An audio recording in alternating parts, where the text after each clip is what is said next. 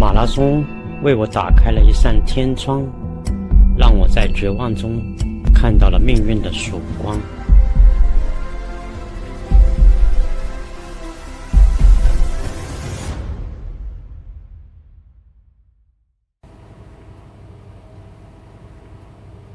This is the 10th year that Luo Shujian has been running with his son, Xiaobai. They are about to participate in their 70th marathon together. Xiaobai is 15 years old.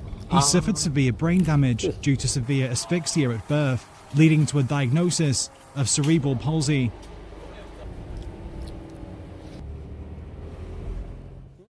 都说不是用钱能治好的，都劝我放弃。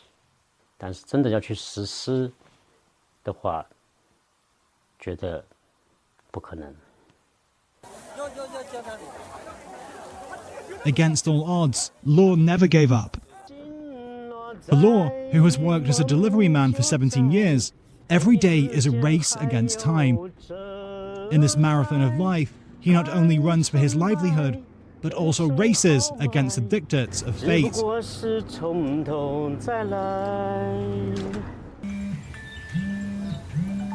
我从2015年的5月份开始，就是每天早上4点半闹铃起来，在5点钟出门跑步。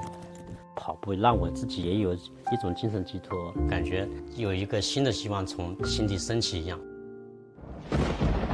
However, just as hope appeared to be rising, tragedy struck once again.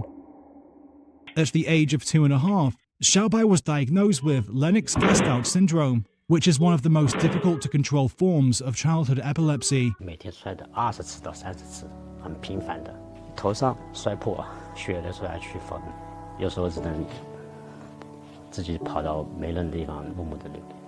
头盔戴起来，哎，好。想到有个头盔来保护他，让他少受一点这种痛苦。前面已经摔烂了5个了，现在是第6个。Behind the helmet is Luo's careful protection for his child. 全马确实会很难，跑到30公里以后就很不想跑，双腿会很重，灌了铅氧，迈不动了。就想让你停下来，就想让你放弃这种感觉，咬牙着坚持着，就是为了心中那个梦想，带着小白去奔跑。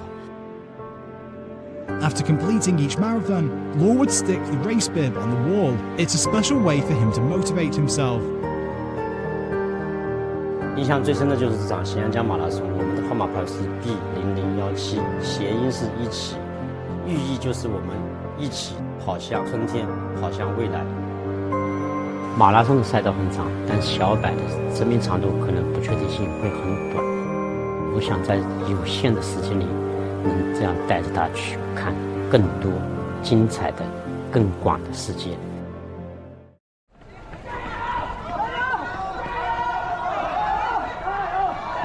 准备，坚持住，往前现在还有500米，100米，300米。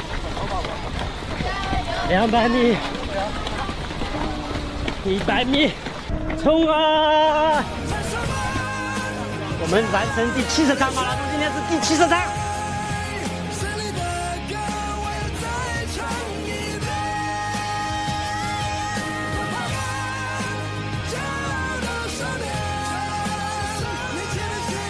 人生中最重要的是爱，而不是赢。我将双脚借给了小百。小百将信念赋予了我，未来我会带着他一直跑下去。